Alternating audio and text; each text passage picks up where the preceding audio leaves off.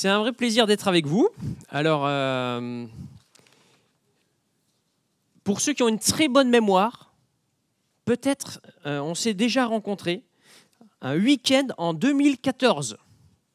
Alors, l'église n'était pas dans ce local, mais j'étais venu pour un week-end sur le thème du disciple. Peut-être certains s'en souviennent, mais ça remonte. Hein. En tout cas, je garde moi un bon souvenir de l'accueil. On avait bien mangé. Je me souviens que c'est une église qui mange bien. Ouais. J'imagine que ça n'a pas changé.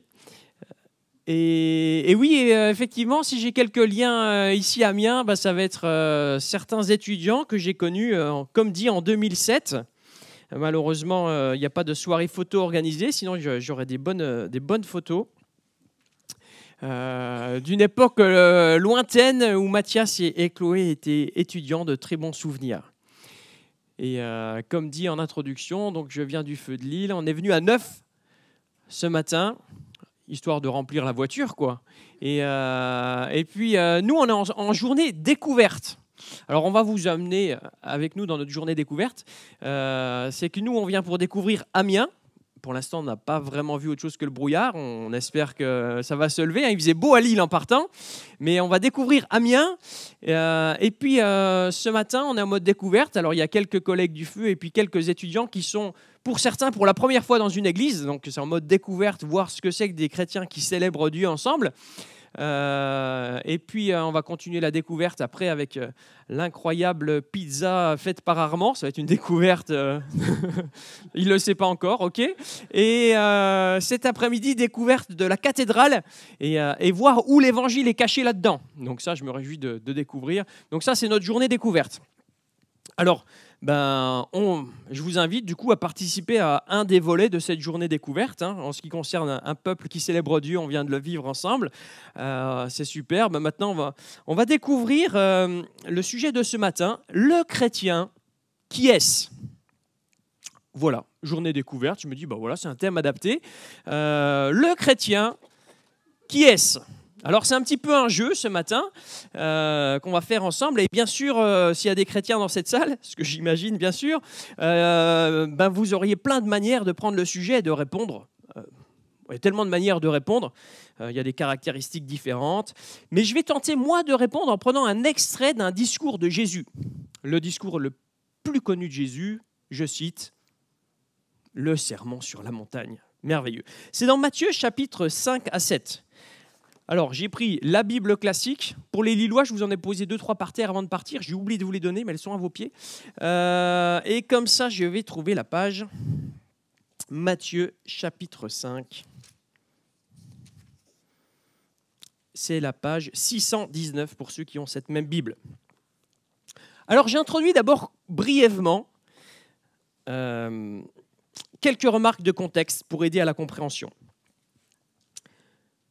Le sermon sur la montagne, tout au début de l'évangile de Matthieu, au final, chapitre 5, ça vient très vite. L'évangile de Matthieu, un des 66 livres de la Bible. Et l'évangile de Matthieu nous présente Jésus comme étant le Messie, le roi. Le Messie, celui qui était attendu et qui vient pour régler le problème du péché, le problème de nos fautes qui nous séparent de Dieu. Premièrement. Et Jésus présenté comme étant roi, roi d'un royaume, alors pas terrestre, mais roi d'un royaume céleste. Et dans l'évangile de Matthieu, on arrive très vite à ce sermon, à ce discours de Jésus. Alors d'abord, on voit sa naissance, ensuite on voit son baptême, il a un moment de tentation dans le désert, où on voit que Jésus est vraiment Dieu, il est différent des autres. Et la fin du sermon sur la montagne, ce sera « Waouh, lui il parle avec autorité ». Pas comme les autres enseignants. Il est vraiment différent. Ouais, c'est vraiment Dieu, en fait. C'est le Messie qui était attendu, c'est le roi. Et dans le sermon sur la montagne, c'est un peu son discours où il va présenter quels sont les citoyens de son royaume. Voilà à quoi ressemble un citoyen du royaume de Dieu. Un chrétien, quoi, on pourrait dire. Alors, si un jour quelqu'un se pose la question, le chrétien, qui est-ce ? À la limite, lire le sermon sur la montagne, c'est pas mal. Hein ? Bon. Oui, c'est pour ça qu'on va le faire maintenant. Ce discours est hyper intéressant, au point que pas mal de non-chrétiens connaissent ce discours. Même peut-être vous connaissez des expressions qui viennent du Sermon sur la montagne. Alors je ne sais plus à partir de quand en français il faut vous connaître les expressions françaises pour avoir le niveau C1, C2. Je ne sais pas, Thibaut pourrait nous dire à partir de quand on prend les expressions françaises. Et je pense qu'il y a des expressions françaises qui viennent du Sermon sur la montagne. Mais ce n'est pas parce que le discours est hyper connu que le discours est hyper compris. Et on va essayer peut-être de voir ensemble un peu comment le comprendre. D'abord, comment mal le comprendre? Je suis toujours dans l'introduction. Le sermon sur la montagne n'est pas une liste de choses à faire pour pouvoir devenir chrétien. Voilà tout ce que tu dois faire, et une fois que tu auras fait tout ça, tu seras chrétien, citoyen du royaume des cieux. Alors c'est bien une différence entre le christianisme et toutes les autres religions, c'est que la plupart du temps, dans une religion, on a une liste de choses à faire. Et puis, un beau jour, quand on a fait tout ça, là, mission accomplie, le ciel nous est offert. Peut-être. On laisse un petit suspense de manière à ce que le membre soit un peu actif. Dans le christianisme, rien à voir. Ce n'est pas des choses à faire, tout est déjà fait. Jésus a tout fait, il suffit de l'accepter. Donc surtout, ne lisons pas le Sermon sur la montagne comme une liste de choses à faire pour devenir chrétien. Non. Ce n'est pas ça.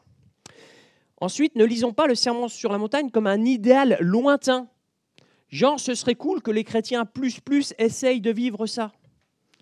Mais c'est un idéal tellement lointain qu'il n'y a pas vraiment besoin de s'y appliquer au quotidien. Je veux dire, ne pas juger les autres, on sait que c'est impossible, tu vois, donc lâche l'affaire. Mais quand même, un monde où on ne se juge pas les uns les autres, ce serait hyper sympa.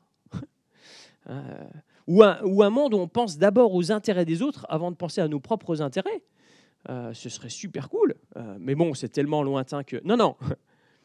Le chrétien pense vraiment que Dieu est venu vivre en lui quand il a eu la foi en Jésus-Christ et que Dieu va vraiment lui permettre de vivre ce qui est écrit dans le Sermon sur la montagne. Extraordinaire. Et le chrétien ne lit pas le Sermon sur la montagne comme si c'était une description du paradis, sinon ce ne serait pas question de persécution, le Sermon sur la montagne, mais il le vit vraiment comme quelque chose qu'il aimerait appliquer. Donc le Sermon sur la montagne, c'est une description du chrétien. Alors si tu es chrétien, ce matin, ça te concerne, ce que je vais dire. Ça te concerne parce que tu vas écouter pour mettre en pratique. C'est la fin du Sermon sur la montagne. Celui qui construit sa maison sur le roc, c'est celui qui écoute pour mettre en pratique, contrairement à celui qui ne ferait qu'écouter sans mettre en pratique, qui construirait sa maison, sa vie sur du sable. Sa maison ne résisterait pas. Donc tu vas écouter pour mettre en pratique, et donc je t'encourage à prendre des notes, ne serait-ce que pour garder une idée de quelque chose que tu aimerais mettre en pratique dans cette semaine, une question que tu aimerais te poser, et puis, si possible, tu pourrais en parler après dans la semaine avec quelqu'un d'autre de l'Église. Donc, petit challenge, ça te concerne, note quelque chose, ce sera l'occasion d'en parler. Et puis à la fin, je vous poserai la question de ce que vous avez noté. Vous ne serez pas tous obligés de répondre. Ce sera pour les volontaires. Voilà pour l'introduction. Donc c'est parti pour notre petit jeu, le chrétien qui est-ce ? Et donc, pour ceux qui connaissent ce jeu de société, qui est né comme moi en 1979, j'ai remarqué qu'on avait un point commun tous les deux. Dans ce jeu de société, il s'agit de chercher toutes les caractéristiques physiques de la personne pour pouvoir déterminer qui le joueur en face de vous a comme personnage. Vous connaissez tous le jeu, ça va ? Ouais. Donc là, ce matin, on ne va pas jouer au jeu le chrétien qui est en se focalisant sur les caractéristiques physiques, mais on va plutôt chercher les caractéristiques qui sont dans le Sermon sur la montagne. Voilà, au niveau caractéristiques physiques, en fonction de l'image qu'on a des chrétiens, certains pourraient dire polo rose avec mocassin, pieds nus dedans, si possible. D'autres pourraient dire le chrétien, mais c'est une évidence. Le chrétien, c'est un scout qui a un couteau suisse. J'essaye de m'adapter à mien. D'autres pourraient dire mais le chrétien, mais c'est clair, le chrétien c'est le gars, il a une barbe comme ça, c'est un chansonnier quoi, c'est le mec qui compose. Je ne vais pas m'adapter plus à Amiens, sinon on va repérer de qui je veux parler. Mais le chrétien, qui est-ce? Selon le Sermon sur la montagne, on va voir que c'est quelqu'un qui se repère à son caractère. C'est quelqu'un qui se repère à la mission qu'il a sur terre, parce qu'il est là pour quelque chose. C'est quelqu'un qui se repère à sa morale, à la manière dont il rend un culte à Dieu. C'est quelqu'un qui se repère parce qu'il poursuit des trésors qui sont célestes. C'est quelqu'un qui se repère à ses inquiétudes, à la manière dont il interagit avec les autres. Quelqu'un qui se repère à la manière dont il applique la parole de Dieu. Je vous rassure, on ne va pas faire tous les points ce matin. On va juste prendre l'introduction du Sermon sur la montagne. On va se focaliser sur le caractère du chrétien. Cette introduction s'appelle aussi les béatitudes. Béatitudes, ça vient de bonheur. On va voir qu'il y a un refrain qui est là et ça parle de bonheur, du bonheur qui est dans la relation à Dieu. Et c'est les premiers versets de Matthieu chapitre 5. On va lire les versets 1 à 12. Mais donc voilà à quoi ressemble un chrétien. Journée découverte. C'est parti. Je lis Matthieu chapitre 5, versets 1 à 12. À la vue de ces foules, Jésus monta sur la montagne. Il s'assit et ses disciples s'approchèrent de lui. Puis il prit la parole pour les enseigner. Il dit : Heureux ceux qui reconnaissent leur pauvreté spirituelle, car le royaume des cieux leur appartient. Heureux ceux qui pleurent, car ils seront consolés. Heureux ceux qui sont doux, car ils hériteront la terre. Heureux ceux qui ont faim et soif de la justice, car ils seront rassasiés. Heureux ceux qui font preuve de bonté, car on aura de la bonté pour eux. Heureux ceux qui ont le cœur pur, car ils verront Dieu. Heureux ceux qui procurent la paix, car ils seront appelés fils de Dieu. Heureux ceux qui sont persécutés pour la justice, car le royaume des cieux leur appartient. Heureux serez-vous lorsqu'on vous insultera, qu'on vous persécutera et qu'on dira faussement de vous toutes sortes de mal à cause de moi. Réjouissez-vous et soyez dans l'allégresse parce que votre récompense sera grande au ciel. En effet, c'est ainsi qu'on a persécuté les prophètes qui vous ont précédés. Voilà le caractère du chrétien. Le chrétien, qui est-ce ? Ben voilà. Le chrétien ressemble à ça, en tout cas en ce qui concerne son caractère. Il semblerait que le chrétien, ce soit quelqu'un qui reconnaît ses torts, ses faiblesses, qui est humble, quelqu'un même qui pleure quand il voit les faiblesses qu'il a, tellement il aimerait voir autre chose dans sa vie. Quelqu'un qui est doux envers son prochain, qui a une réelle faim, une soif de justice, qui fait preuve de bonté, qui a un cœur pur, qui procure la paix, qui est même prêt à être persécuté pour la justice, à souffrir pour la justice, et qui est heureux dans tout ça. C'est là où ça déconnecte un peu, non ? Et qui est heureux dans tout ça. Le chrétien est différent.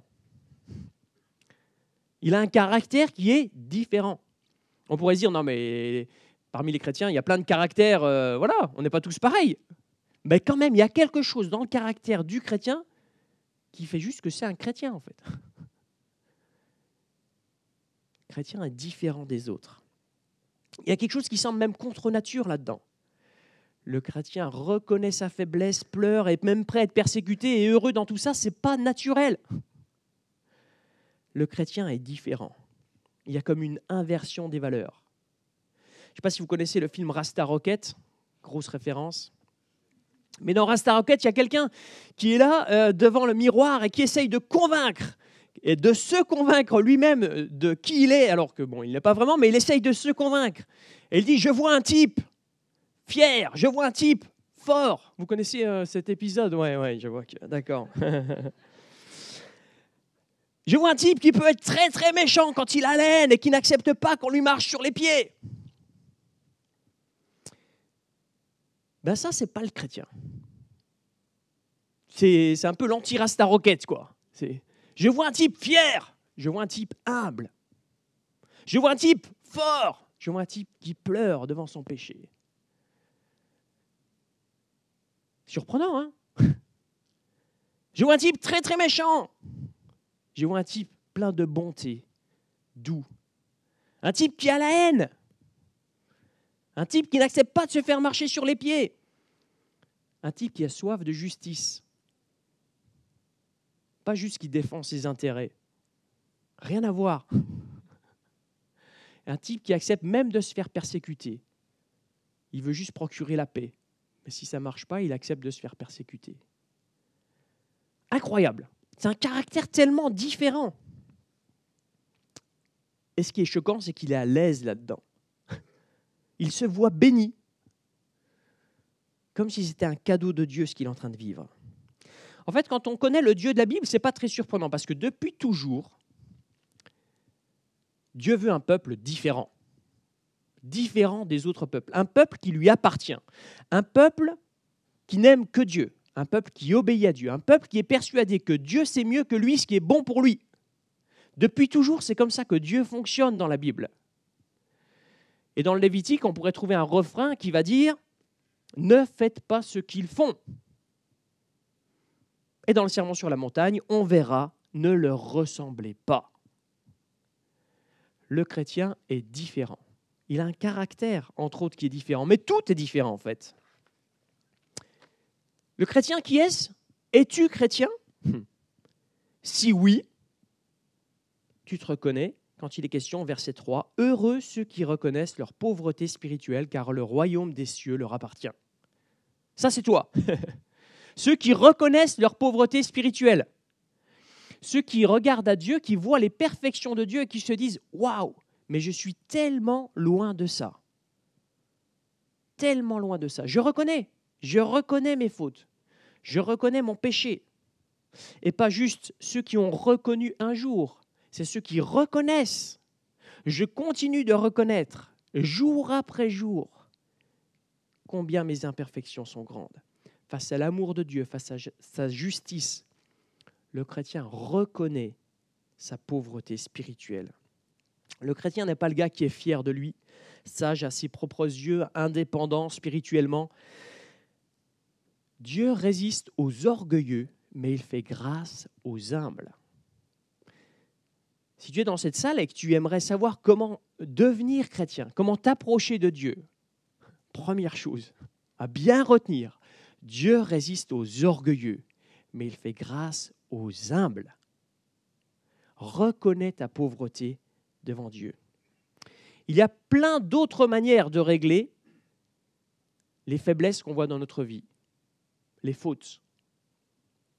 On peut apprendre à les cacher. On peut apprendre à ne pas les regarder. On peut apprendre à relativiser. Ouais, je ne suis pas parfait, mais personne n'est parfait non plus. Hein, donc voilà quoi. À un moment donné, on peut apprendre à penser à autre chose. On peut apprendre à fuir dans la distraction. On peut apprendre à charger les autres. Ça marche bien, ça. Je ne sais pas si vous avez déjà essayé. Les autres sont toujours un peu responsables quelque part. Si vraiment tu trouves personne qui est responsable, il y a au moins tes parents. Non? Bon, quand même, tes grands-parents. Enfin, tu trouveras quelqu'un, quoi. Tu peux te cacher derrière quelqu'un. Le chrétien n'essaye pas de se cacher. Il voit ses fautes et il reconnaît ses fautes. Il reconnaît sa pauvreté spirituelle. Et non seulement il reconnaît sa pauvreté, mais il est prêt à en pleurer. Il est prêt à pleurer quand il voit combien il offense Dieu par le peu d'intérêt qu'il a pour lui, combien il offense régulièrement son prochain. Verset 4, « Heureux ceux qui pleurent, car ils seront consolés. » Heureux ceux qui pleurent. Là, une fois de plus, on va se dire, c'est quoi ça? Heureux ceux qui pleurent. Ouais, le chrétien a au moins 5 bonnes raisons de pleurer. Il pleure en regardant son péché, parce que là, on va dire, on ne sait pas forcément ce qu'il est en train de dire. Là, quand il dit heureux ceux qui pleurent, il parle de quoi exactement? Mais il y a au moins 5 bonnes raisons. Heureux ceux qui pleurent de leur péché. Pourquoi je dis que c'est une bonne raison? Parce que c'est écrit dans la Bible. Reconnaissez votre misère et pleurez. Jacques 4, verset 9. Donc c'est au moins une bonne raison. Il y a une deuxième bonne raison. C'est de pleurer en voyant la peine de mon prochain. Si mon prochain est dans la peine, pleurer avec ceux qui pleurent. C'est une bonne raison. Il y a une troisième bonne raison. c'est si un frère ou une sœur a péché, je pleure avec lui, au lieu de le juger ou de m'élever en me disant hey, « je ne suis pas pareil ». Une quatrième bonne raison, pleurer pour tous ceux qui ne découvrent pas l'Évangile, comme Jésus a pleuré devant Jérusalem. Et puis une cinquième, pleurer en acceptant notre condition humaine qui est faite de tant de pleurs. Parce que la vie ici-bas, sous le soleil ou dans le brouillard, est marquée simplement par le péché. Et donc, il y a souffrance, il y a maladie, il y a pleurs. Et je ne suis pas en train d'essayer d'instaurer le paradis sur cette terre, alors qu'il n'est pas là. Et donc, j'accepte ma condition humaine, et parfois, je pleure. Le chrétien pleure, ça fait partie de son caractère, mais il trouve sa consolation en Dieu. Et là, il y a quelque chose de merveilleux. Il pleure, mais il trouve sa consolation en Dieu. Es-tu chrétien? Le chrétien, qui est-ce? Quelqu'un qui reconnaît ses fautes, qui pleure même, mais qui trouve sa consolation en Dieu. Et du coup, c'est logique. Verset 5, « Heureux ceux qui sont doux, car ils hériteront la terre. » Si tu reconnais tes fautes et même que tu pleures quand tu vois la gravité de tes fautes devant Dieu et vis-à-vis de ton prochain, c'est normal que tu deviennes doux vis-à-vis des autres. Bah oui, tu ne vas pas être dur vis-à-vis des autres si toi-même, tu reconnais tes faiblesses. C'est une suite assez logique. Être doux, ça ne veut pas dire être mou. Être doux, c'est Jésus devant les soldats qui le frappent. C'est être doux. C'est une puissance maîtrisée. Et quels que soient les rapports qu'on peut avoir avec notre prochain, le chrétien va être doux. Si je vois quelqu'un qui fait du mal, je vais être doux vis-à-vis de lui, même si je lui dis certaines choses. Et si quelqu'un vient me reprocher quelque chose, je sais que je ne suis pas parfait. Je reconnais ma faiblesse. J'en pleure moi aussi. Je vais être doux en acceptant ce que la personne a à me dire. Es-tu chrétien? Est-ce qu'il y a déjà un frère ou une sœur dans l'église qui est venu te dire quelque chose? Est-ce que tu as déjà dit quelque chose? Est-ce que vous avez pu repérer ce caractère chrétien entre vous? C'est un signe qu'on est chrétien, dans un monde où plus personne ne peut dire quelque chose à quelqu'un. Essayez de dire quelque chose à quelqu'un sur l'éducation des enfants. C'est bon, pendant 5 ans, vous avez un ami en moins. Au niveau de l'agenda, ça libère un petit peu. Si vous avez trop d'amis, c'est très simple. Il y a des sujets comme ça, vous les abordez une fois et pendant 5 ans, vous avez plus de temps. Parmi les chrétiens, il n'en est pas ainsi. C'est un signe, c'est une marque de fabrique. On peut dire des choses, les écouter. Incroyable. Heureux, verset 6, ça ne veut pas dire qu'on est prêt à tout entendre. Verset 6, « Heureux ceux qui ont faim et soif de justice, car ils seront rassasiés. Heureux ceux qui font preuve de bonté, car on aura de la bonté pour eux. » Le chrétien n'est pas juste doux, en mode tout passe. Non, non, c'est une puissance maîtrisée, mais une puissance quand même. Il va se battre pour la justice. Il a faim et soif de justice. Pour de vrai, le chrétien, ça fait partie de son caractère. Et faim et soif de justice en mode berger palestinien de l'époque, pas faim en mode le gamin de 6 ans qui rentre et qui dit « Maman, j'ai faim, je veux un goûter ». Vous voyez la différence de faim? Si vous avez eu la même maman que moi, quand je rentrais de l'école et que je disais « Maman, j'ai faim », elle me regardait avec un regard qui tue. Faites-moi confiance, elle peut avoir un regard qui tue. Elle me disait « Tu ne sais même pas ce que c'est que la faim. » Ah, tu le dis 3 fois dans ta vie. Hein. Après, tu as compris la leçon. Et c'est vrai, je ne sais pas ce que c'est que la faim. Merci Seigneur, je n'ai jamais connu ça. Mais là, il est question de faim, de la vraie faim qui fait mal. Et ainsi, un chrétien a faim et soif de justice. Et pourtant, puisqu'il se sait pécheur, en même temps, verset 7, il fait preuve de bonté dans cette lutte. Il fait preuve de bonté. Il y a une forme de grâce, une forme de générosité, une forme de pardon, même dans une lutte pour la justice. Waouh! Parce que si on voulait discuter ensemble maintenant en Église de quels sont les sujets pour lesquels on aimerait vraiment se battre pour la justice, on aborderait quelques points du genre... non, je ne vais pas lancer le sujet. Mais très vite, on pourrait dire quelques points et on verrait entre nous des différences de malades. On va dire, non, mais c'est ça le combat essentiel. Mais non, c'est ça, mais non, c'est ça, mais non, c'est... Mais il va faire preuve de bonté dans la manière dont il va aborder tout ça. D'ailleurs, essayez de prendre un groupe comme nous sommes réunis ce matin et de décider ensemble pour quel combat nous allons combattre ensemble pour la justice. Si avant, il n'est pas question de tout ce que nous avons vu en ce qui concerne le caractère du chrétien, je vous souhaite bon courage. Mais si le chrétien reconnaît ses torts, qu'il pleure tellement il aimerait changer, qu'il est doux avec les autres, alors on peut commencer à discuter. Là, c'est tout autre chose. En fait, un chrétien est juste différent. Il y a quelque chose d'extraordinaire. Vous êtes en train de vous dire, peut-être, il est en train de vanter le caractère chrétien, là, waouh! Mais est-ce qu'il a quelque chose en stock, le gars qui parle? C'est pas fini. Je vais vous dire que le gars qui vous parle, bien sûr, il est en train de présenter ce caractère chrétien, mais comme les autres chrétiens, il est en train de se dire,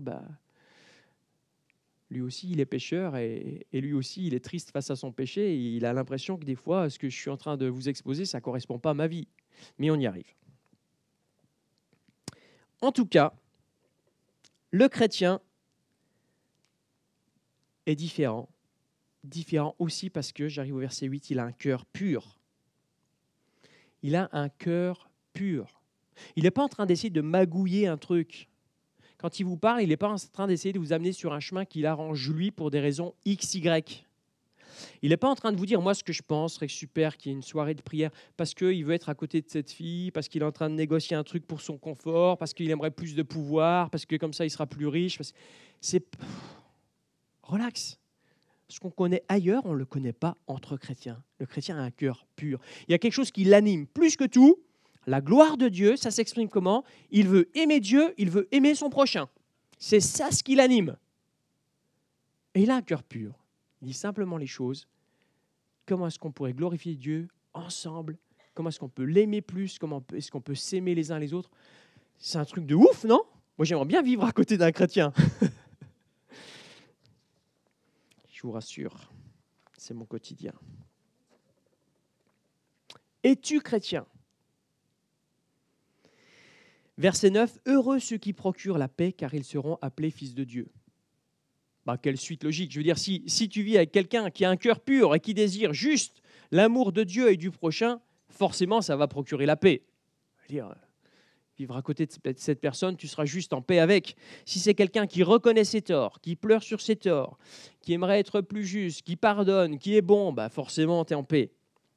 En plus, qui partage l'évangile pour que tous les êtres humains puissent être réconciliés avec Dieu et être en paix avec Dieu, forcément, le chrétien procure la paix. Sauf que pas toujours. Parce que l'être humain qui est en face est libre d'accepter la paix ou pas, et est libre de renoncer aussi à cette bonne nouvelle qu'est l'évangile, d'où les versets 10 à 11. « Heureux ceux qui sont persécutés pour la justice, car le royaume des cieux leur appartient. » Il peut y avoir de la persécution même si on annonce une bonne nouvelle. Heureux serez-vous lorsqu'on vous insultera, qu'on vous persécutera, qu'on dira faussement de vous toutes sortes de mal à cause de moi. Réjouissez-vous et soyez dans l'allégresse parce que votre récompense sera grande au ciel. En effet, c'est ainsi qu'on a persécuté les prophètes qui vous ont précédés. Le chrétien n'a pas besoin de circonstances favorables pour être heureux. C'est extraordinaire. Es-tu chrétien? Le chrétien, son caractère, il est différent. John Stott, qui est un commentateur assez connu de la Bible, dit « Rien ne devrait plus déranger le chrétien que de s'entendre dire qu'il est comme tout le monde. » Rien ne devrait plus déranger un chrétien que s'entendre dire qu'il est comme tout le monde. Alors, je ne vous dis même pas ce que je pense des chrétiens qui essayent de prouver au monde qu'ils sont comme les autres. Non, le chrétien est différent. Il a un caractère qui est totalement différent. Et il arrive à être heureux là-dedans. Moi, je pense que le chrétien, c'est quelqu'un de mystérieux. C'est quelqu'un de mystérieux parce qu'on voit plein de choses qui semblent hyper compliquées à vivre et il est heureux là-dedans. C'est pas mystérieux ça? Reconnaître sa faiblesse et être heureux, honnêtement. C'est quand même mystérieux, non? Un petit groupe d'amis qui habitent dans le quartier avec qui on lit la Bible depuis des années ensemble. Mathias et Chloé étaient dans notre quartier, on lisait déjà la Bible avec eux. Vendredi dernier, il y a 2 jours, on a lu la Bible ensemble. Et puis, on lisait Éphésiens 4, 29, je pense, qu'il n'y ait aucune parole malsaine qui sorte de ta bouche, mais que des paroles pour édifier. Et puis, mon ami me dit à ce moment-là, bon, après, oui, bien sûr, c'est impossible à vivre, mais il faut arrêter aussi de se focaliser sur ce qui est juste négatif, quoi. À un moment donné, on peut aussi être fier et...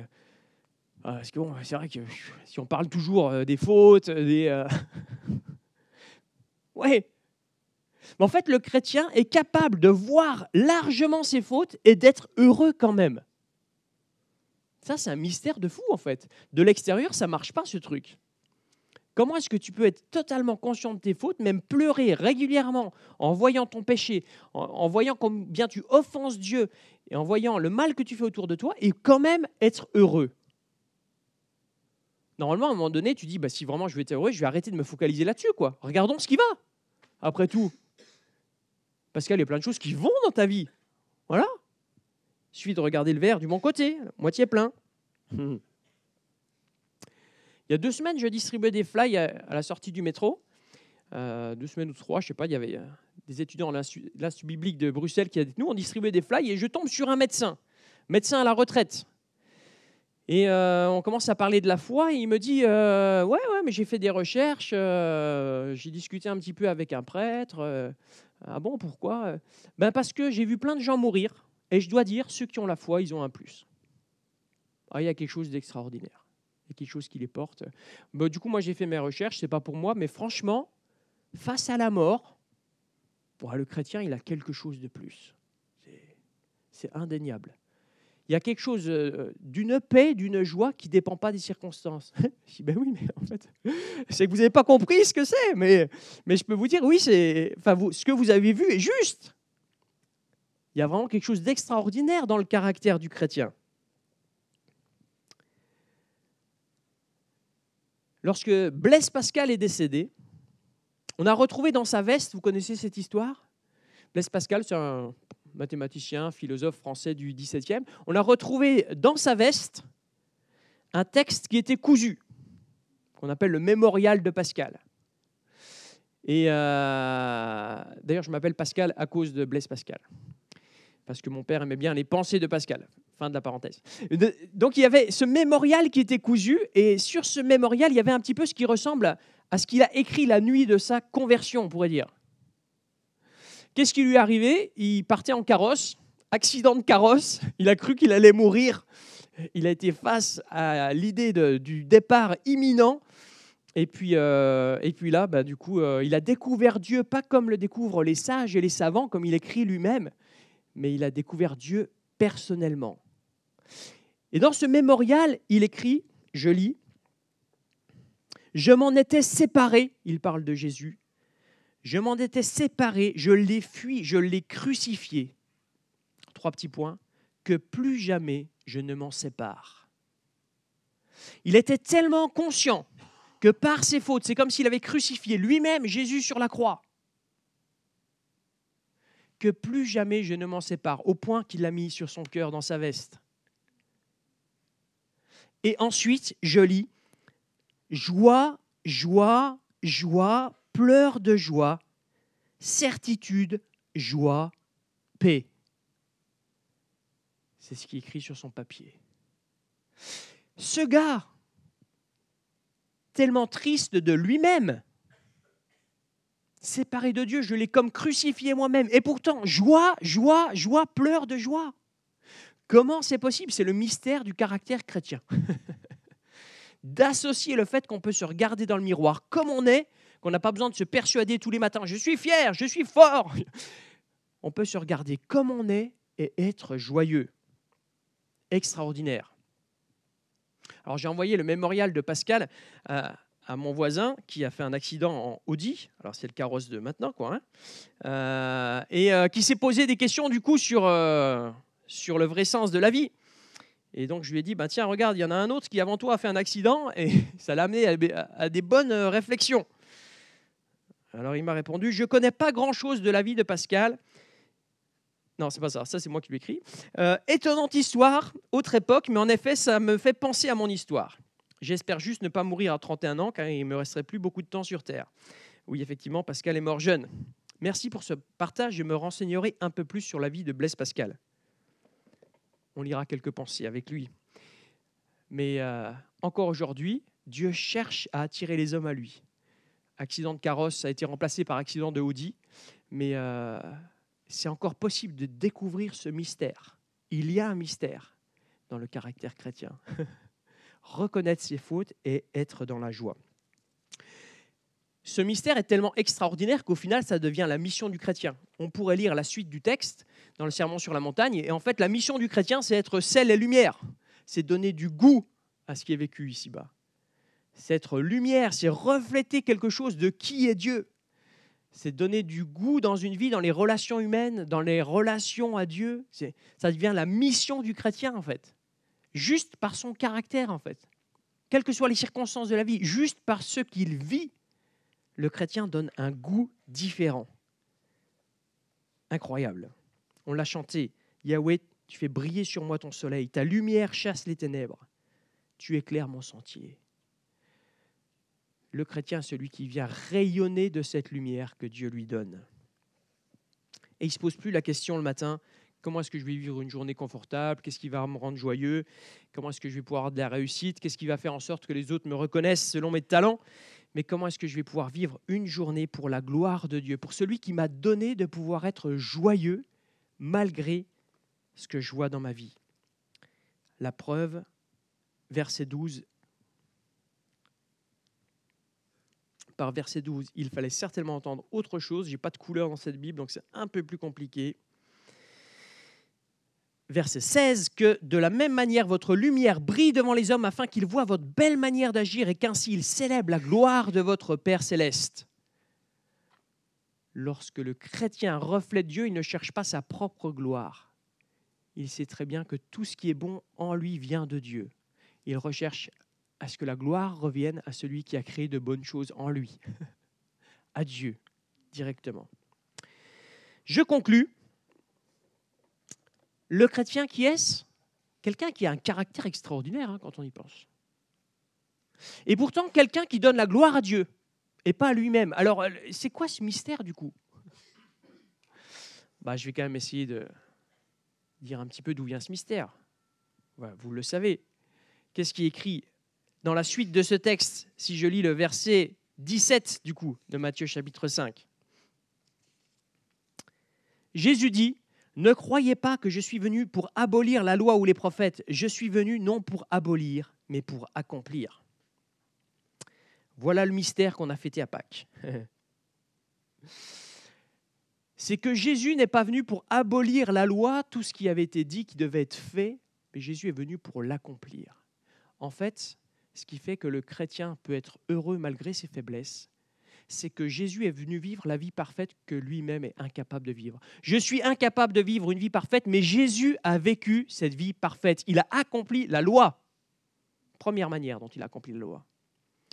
Deuxième manière dont Jésus a accompli la loi, c'est que tout ce qui était annoncé à son sujet, il l'a réalisé. Toutes les prophéties dites à son sujet, il les a réalisées. Matthieu, je vous l'avais dit en introduction, essaye de montrer que Jésus est Dieu, le Messie, le roi. Le Messie, celui qui était annoncé pour régler le problème du péché. Voilà pourquoi le chrétien peut avoir ce caractère. Parce que Jésus a vécu une vie parfaite et parce qu'il est celui qui est vraiment venu pour régler le problème du péché. Comment? Il a accompli la loi. La loi disait que le pécheur doit mourir. Il a accompli la loi. Justice est faite. On l'a fêté à Pâques. Jésus est venu vivre la vie parfaite que nous sommes incapables de vivre, Dieu sur terre. Il est venu mourir à notre place. Et c'est donc en regardant à Jésus que le chrétien peut voir ses fautes, aussi horribles qu'elles sont, peut pleurer et peut en même temps se réjouir. Se réjouir parce qu'il ne se sent pas coupable devant Dieu. Imagine que chaque matin, je me lève, je me vois comme je suis et je me sens coupable. Coupable devant Dieu, coupable devant les humains, tout le temps, tout le temps, tout le temps, tout le temps. Ben bien sûr que j'ai envie de regarder ailleurs. Bien sûr que je vais trouver des moyens pour vivre autrement. Que je vais remettre la faute sur quelqu'un d'autre, je vais plutôt partir vers le loisir. Mais non, le chrétien peut voir ça et se savoir pardonné par Dieu, aimé par Dieu. Imaginez ce que voit le chrétien quand il regarde à la croix où Jésus est mort pour lui. D'un côté, il ne peut pas se sentir fier parce qu'il voit son péché qui est tellement grave que Jésus a dû mourir. Mais d'un autre côté, il ne peut pas ne pas se sentir aimé parce que Dieu l'a tellement aimé qu'il allait mourir pour lui. C'est extraordinaire ce sentiment c'est ce qui fait le caractère chrétien. Il n'est ni fier ni dépressif, juste heureux. Et ça, quelles que soient les circonstances de la vie. Juste heureux. Il dépend simplement de Dieu. Il regarde à Dieu et ça lui suffit pour être heureux. Es-tu chrétien ? Moi, si je regarde ce caractère, même si je vais jusqu'à la fin de Matthieu chapitre 5, où Jésus va dire simplement « Soyez parfaits comme je suis parfait », à un moment donné, je lâche l'affaire et je finis par me poser la question « Mais est-ce que je suis vraiment chrétien ?» Est-ce que je vis vraiment comme ça ? Est-ce que les autres vont dire « Pascal, ce que tu as décrit, c'est vraiment la vie que tu vis ?» Oui, parce que Jésus. Et seulement parce que Jésus. Oui, parce que je peux juste lui demander pardon, parce que je ne vis pas toujours comme ça, et il me pardonne. C'est fantastique. Oui, parce que pardon. Et oui, je peux dire oui, parce que je m'attends à lui pour demain. Et il peut me donner la force de vivre ça. On a chanté tout à l'heure « Dans ma faiblesse immense, que ferais-je sans toi ?» Voilà de quoi démarrer la semaine qui vient. Dans ma faiblesse immense, que ferais-je sans toi ? Mais tu es là, tu es vivant. Donc je peux compter sur toi. Alors le chrétien, c'est qui ? Quelqu'un qui croit. Quelqu'un qui croit que Jésus a vécu la vie parfaite. Quelqu'un qui croit que justice est accomplie, Jésus est mort à sa place. Et quelqu'un donc qui fixe les yeux sur Jésus au quotidien, qui garde le cap, qui regarde juste à Jésus. Et ça change tout son caractère, complètement, parce qu'il peut voir ses fautes. Et ça a un impact énorme de voir ses fautes. Ça veut dire que tu vas être doux envers les autres parce que tu acceptes qu'ils ont des fautes aussi, que tu vas te battre pour la justice et en même temps que tu vas te battre en étant plein de bonté, etc., etc. Il y a un impact énorme sur le caractère du chrétien. Mais le chrétien peut voir ses fautes et rester dans la joie parce qu'il sait qu'il peut dépendre de Dieu pour demain. Pas de crainte pour demain.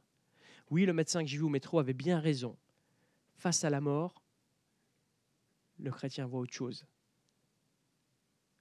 Dieu nous soutiendra, quoi qu'il arrive, si on place notre confiance en lui.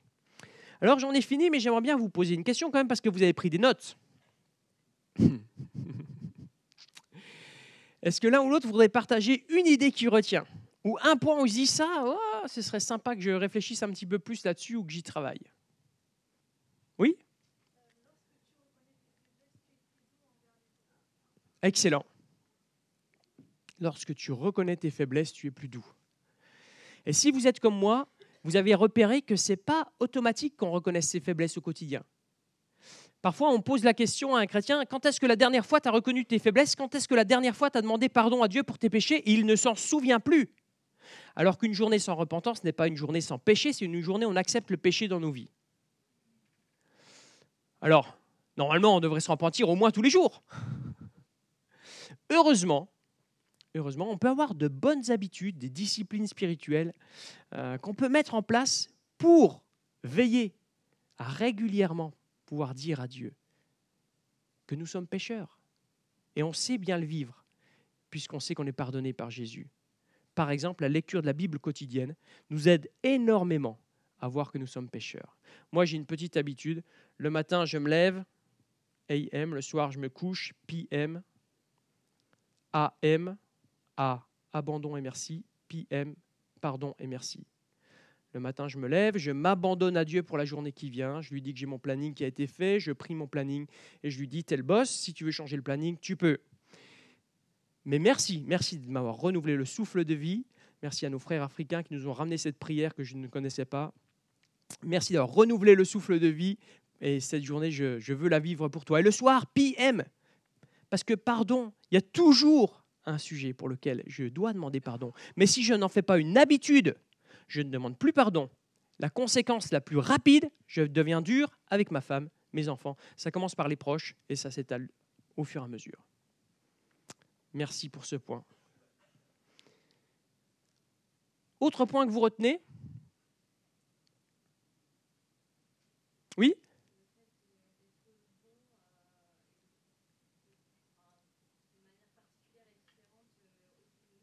Ouais. Excellent. Il y a quelque chose qui... Ouais, c'est vraiment ciel et lumière, quoi. La manière dont on peut être bon, c'est vraiment différent. C'est pas juste donnant-donnant, dans un monde où c'est donnant-donnant.